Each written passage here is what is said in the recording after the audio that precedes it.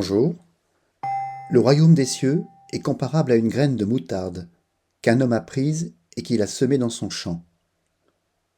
Le royaume des cieux est comparable à une graine de moutarde qu'un homme a prise et qu'il a semée dans son champ.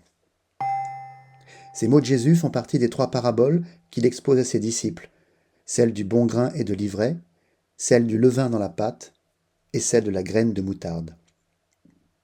Il y a ici un effet de contraste entre le petit et le grand, entre le caché et le dévoilé. Jésus s'appuie sur une réalité physique pour nous faire comprendre quelque chose de décisif sur le royaume. La graine de moutarde est en effet minuscule. C'est l'une des plus petites graines du monde végétal. Il y a donc une disproportion évidente entre son état originel et l'arbre qu'elle peut devenir. On peut imaginer la stupeur des auditeurs de Jésus. Parler du royaume, c'est se référer à un vocabulaire politique, à la puissance, à la force d'un roi. Le royaume des cieux, c'est la création tout entière. C'est Dieu lui-même, à l'œuvre dans le temps cosmique. L'image de la graine de moutarde va complètement à rebours des représentations habituelles du Dieu tout-puissant, assis sur un trône de gloire. Ce qui nous questionne ici, c'est la notion de devenir.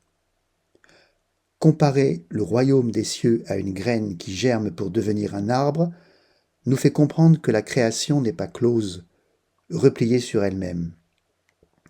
Il y a un devenir, ou plutôt un advenir. Dans son humanité, l'homme est intégré dans le devenir de la création.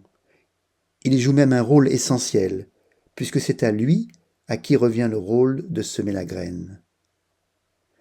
Par ce fait même, l'homme participe à la création, est engagé dans un temps cosmique qui le dépasse, mais dans lequel il est partie prenante.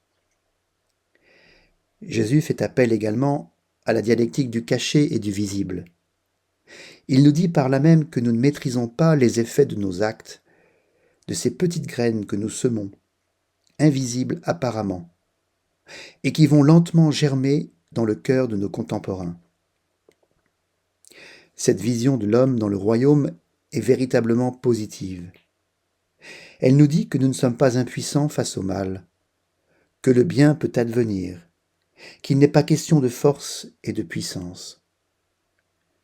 Dans cette parabole, c'est le petit, le pauvre, le faible qui a le dernier mot. Le temps est un allié pour l'homme. Il est un espace nécessaire au déploiement de la création tout entière.